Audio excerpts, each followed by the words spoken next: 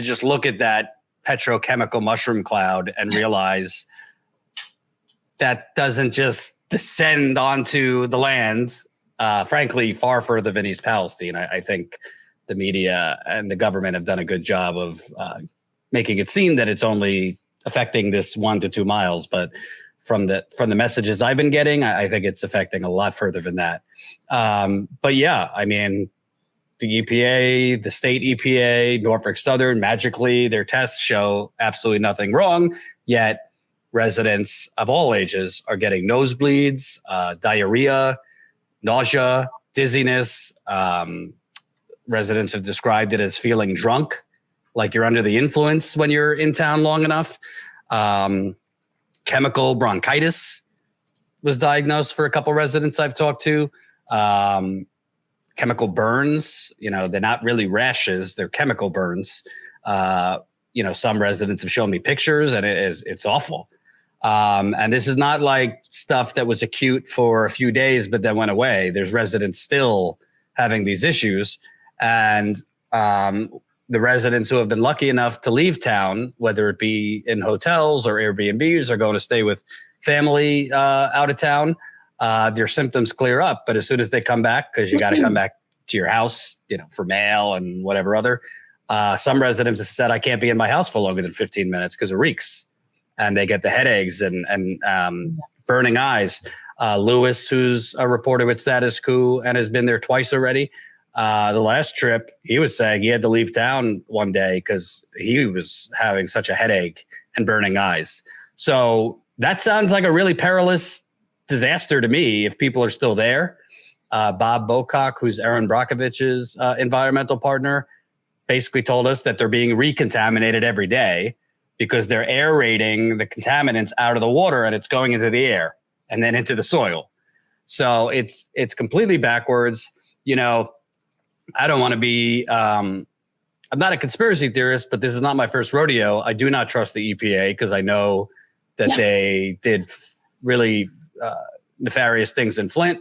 I know they looked the other way when they knew that the state of Michigan Environmental Department was doing nefarious things when it comes to the lead testing. And I see a lot of the same things happening here. Obviously, different igniting incident, Flint to East Palestine, but it's basically the same playbook.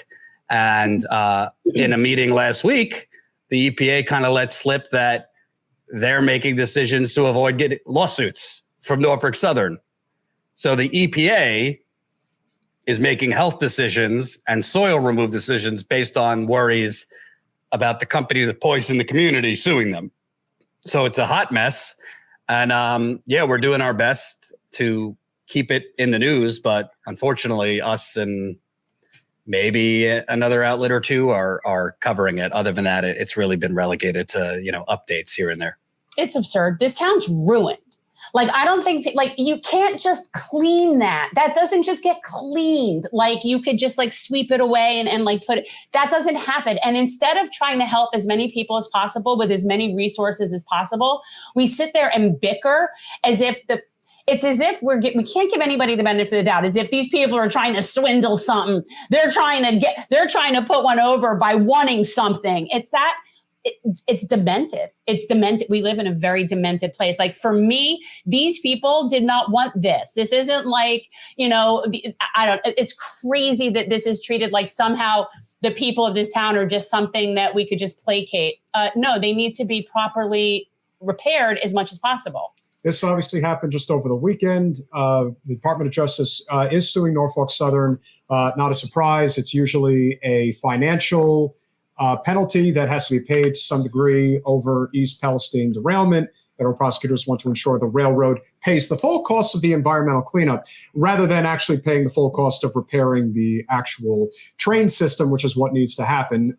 But of course, but we wouldn't want to nationalize the railroad. Yeah, that would not be good for the bottom line. No. In the lawsuit unveiled Thursday, federal prosecutors accused the company of unlawfully polluting waterways with oil and hazardous substances from the derailed trains. The DOJ is seeking injunctive relief, cost recovery, and civil penalties to ensure it pays the full cost of the environmental cleanup.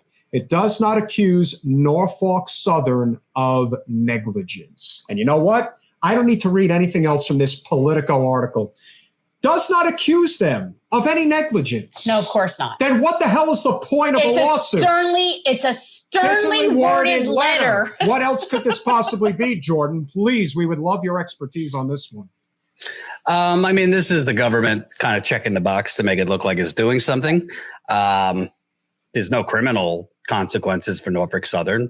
There is a Department of Justice. You could do an investigation to see what warning signs were ignored by who in Norfolk Southern, because there were a lot of warning signs ignored. There seems to me that there's questions on Norfolk Southern's claims that it was the small town fire chief who decided to control burn these cars, which defies just logic. I don't believe a small town fire chief made the decision. I know that Norfolk Southern, as well as the owner of the chemicals that were on the cars, were in the room during these decision making. So you would think the company who owns the chemicals might have, a say in what happens, because you want to know what happens when you burn certain chemicals together and they combust, what other chemicals might be produced. But I think this is just the DOJ trying to make it seem that they're going for justice.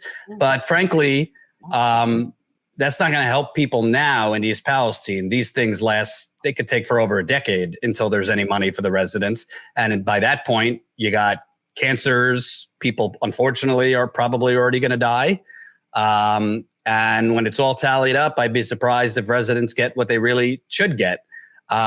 In a normal country, we'd be immediately providing expanded health care for these residents. We don't have that. They have some sham medical. It's not even a medical clinic. It's a GoFundMe. No, it's a place that residents can go to get screened and then get referrals to other doctors. So it's just referrals to your private doctor, but you're still going to be paying for it through copays and all the rest of the rigmarole in the private healthcare industry. They're not getting, like, at least with Flint, they had to fight for it, but they got expanded Medicaid for a bit. That was only for people under 21. So if you're an adult in Flint, you were fucked. Screwed. But important news, very important news. We're cutting Medicaid everywhere now, right? Look, I mean, President Biden said that not only would he not sign a Medicare for All bill, he'd veto it if it actually got to his desk. And he promised nothing would fundamentally change. Well, actually, something did fundamentally change. 15 million people were just thrown off of Medicaid today. So, he's doing stuff. It's going to be a gradual thing, but that's what the number it'll get to after like a period of time. Like different states are phasing out at different points. So for the people that are suffering in East Palestine, it doesn't look like they're going to be getting much help. We're not talking about. Isn't that ironic? Isn't that ironic and interesting that Democrats message that Republicans are depriving you in Florida and other places of Medicaid through Republican governors not signing on to the Obamacare Medicaid expansion, which, by the way, Obamacare is a boondoggle for the private health insurance industry. That's right. I'm tired of hearing how good that is. But the Democrats are now doing the same thing by depriving or taking Medicaid away from people.